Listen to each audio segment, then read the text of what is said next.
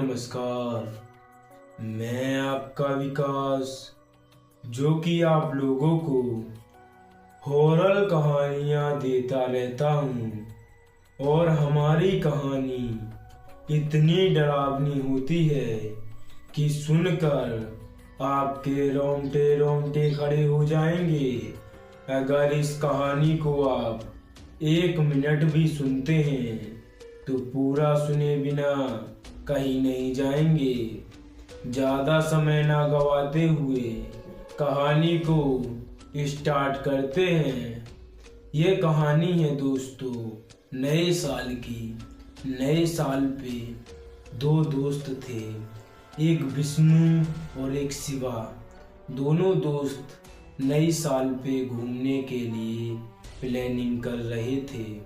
थोड़ी देर बाद सोचते सोचते विष्णु बोलता है कि चलो हम दूर ड्राइव पे चलते हैं, दूर कहीं घूमने के लिए चलते हैं। तो फिर वो थोड़ी देर बाद अपनी बोलेरो उठाते हैं और दोनों कार में दोस्तों बैठते हैं। विष्णु और शिवा दोनों कार में बैठते हैं और फिर वहाँ से अपने घर से निकल आते हैं। और दोस्तों 5-6 किलोमीटर दूर जाने के बाद वहाँ उन लोगों को रोड पर एक पेड़ कटा हुआ जो कि डला हुआ था वो वहाँ पर मिलता है, जो कि वहाँ पर दोस्तों जाम लग चुका था। विष्णु बोला कि अब क्या करेंगे। फिर उसी टाइम शिवा बोला कि चल मुझे एक शॉर्टकट रास्ते के बारे में पता है, हम उस रास्ते से चलते हैं, वहाँ से हम जल्दी ही पहुँच जाएंगे और हमें समय भी नहीं लगेगा। फिर दोस्तों वो उस रास्ते से जाने लगते हैं। फिर थोड़ी देर बाद जब दोस्तों विष्णु देखता है कि उस रास्ते पर बहुत ही ज़्यादा घनी जंगल थी, जो कि गांव के व्यक्ति कहते थे कि उस जंगल में कभी मत जाना, लेकिन वो लोग दोस्तों निकल जाते हैं उस रास्ते से। और थोड़ी देर बाद जैसे ही वो जंगल के अंदर जाते हैं वो देखते हैं धीरे धीरे और अंधेरा बढ़ते जा रहा है और तेजी से बारिश होने लगती है और ठंडी ठंडी हवा चलने लगती है, जो कि दोस्तों बहुत ही तेज बारिश होने लगी। और वो थोड़ी दूर पहुंचने के बाद गाड़ी दोस्तों अचानक से रुक जाती है। तभी शिवा बोलता है कि क्या हो गया। विष्णु गाड़ी से उतर के देखता है तो दोस्तों टायर पंचर हो चुका था। फिर वो लोग दोनों सोचते हैं अब क्या करेंगे इतनी घनी जंगल में, जो कि हम लोग फंस चुके हैं। थोड़ी देर बाद शिवा की नज़र एक हवेली पे पड़ती है, जो कि जंगल के बीचों बीच एक हवेली थी। विष्णु बोलता है कि चलो हम उसी हवेली में आज रात गुजारेंगे। जैसे ही फिर वो हवेली के पास जाते हैं, विष्णु बैल बजाता है और देखता है कि उस हवेली में से एक औरत बाहर निकल कर आई, जो कि उस औरत के चेहरे पर ऐसा लग रहा था उसके चेहरे पर मुस्कान भी थी और कुछ ऐसा लग रहा था जैसे कि वो अंदर से बहुत ज़्यादा उदास हो दोस्तों। फिर वो बोलती है कि कौन हो तुम लोग। विष्णु सारी बात उसे बता देता है कि हमारे साथ ऐसा ऐसा हुआ और इसलिए हम तुम्हारी हवेली के पास आए। वो औरत बोलती है कि आ जाओ अंदर, रात गुजार लेना और दिन में अपनी वापसी निकल जाना। विष्णु और शिवा दोनों अंदर चले जाते हैं। जैसे ही वो अंदर देखते हैं दोस्तों फर्श पर मिट्टी जमी हुई थी, जैसे कि कई सालों से इस बंगले में झाड़ू ना लगाई गई हो। और बंगले में जो तस्वीरें टंगी हुई थी उन पर भी धूल लगी हुई थी। लेकिन उन लोगों ने इन बातों पर गौर नहीं करा और उन लोगों ने कहा कि हम लोगों के लिए सोने के लिए कहीं व्यवस्था है। वो औरत उन लोगों को एक कमरे में ले जाती है और कहती है, इस कमरे में तुम अपनी रात गुजार लेना। उस कमरे में जैसे ही वो जाते हैं, उन लोगों को ऐसा महसूस होता है कि जैसे कि उन लोगों को कोई छुप कर देख रहा हो। फिर थोड़ी देर बाद वो औरत उनसे बोलती है कि चलो पहले खाना खा लो और फिर सो जाना।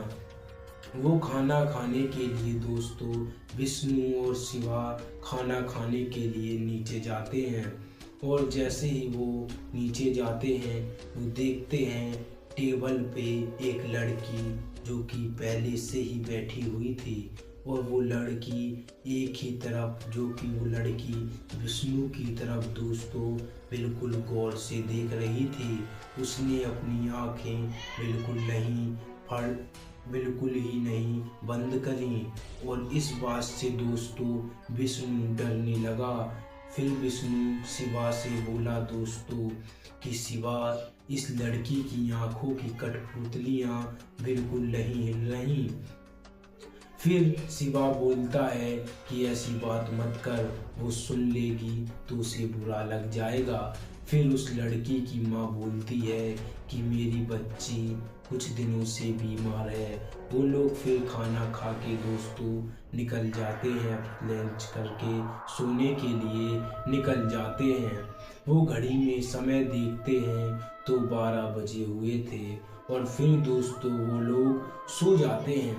जैसे ही वो सो जाते हैं, वो 5-6 घंटे सोते हैं। और फिर जब वो उठते हैं तो वो लोग देखते हैं कि अभी भी बारिश हो रही थी दोस्तों। और वो चौंक कर रह गए जब उनने घड़ी में समय देखा दोस्तों, क्योंकि घड़ी में समय 12 के 12 बजे हुए थे। उन लोगों को लगा कि कोई नई घड़ी खराब होगी। लेकिन जैसे ही वो फिर नीचे जाते हैं तो वो लोग देखते हैं वो औरत और वो लड़की उसी टेबल पे अभी भी बैठी हुई हैं। वो लोग शिवा और विष्णु बोला कि तुम लोग अभी तक बैठे हुए क्या कर रहे हो, सो जाओ। वो औरत डरावनी आवाज में बोली, तुम लोगों को क्या लेना, तुम लोग अपने सो जाओ। वो विष्णु और शिवा बोला कि हमें अपने घर जाना है। वो औरत बोली, इतनी रात को घर जाओगे? विष्णु बोला, क्या अभी तक सुबह नहीं हुई? हमने 5-6 घंटे सो भी लिया और क्या अभी तक सुबह नहीं हुई? दोस्तों फिर जैसे ही वो लोग बाहर देखते हैं तो अभी भी अंधेरा लगा हुआ था, जो कि अभी भी रात थी। फिर वो मुड़कर उस औरत के पास देखते हैं तो उस औरत की और उस लड़की की आंखें इतनी काली होने लगी और उनका शरीर अचानक से दोस्तों बदलने लगा, जो कि उनके शरीरों से खून टपकने लगा। शिवा और विष्णु डर जाते हैं और भागने की कोशिश करते हैं। जैसे ही वो भागते हैं, अचानक से हवेली के गेट लग जाते हैं। फिर वो औरत बोलती है कि जो इस हवेली में एक बार आ गया उसकी सुबह कभी नहीं होती। फिर हिम्मत जुटाकर शिवा उससे पूछता है कि आप कौन हो। वो औरत बताती है कि मेरे पति मुझको नई साल पे घुमाने के लिए लाते हैं और वो मुझे इसी हवेली में, मुझे और मेरी बेटी को मार देते हैं। और जब से हमारी आत्मा आज भी इसी हवेली में भटक रही है। और दोस्तों विष्णु और शिवा की आत्मा भी अब उसी हवेली में भटकने लगी। माना जाता है कि आज भी जो उस हवेली में जाता है वो लौट के नहीं आता दोस्तों।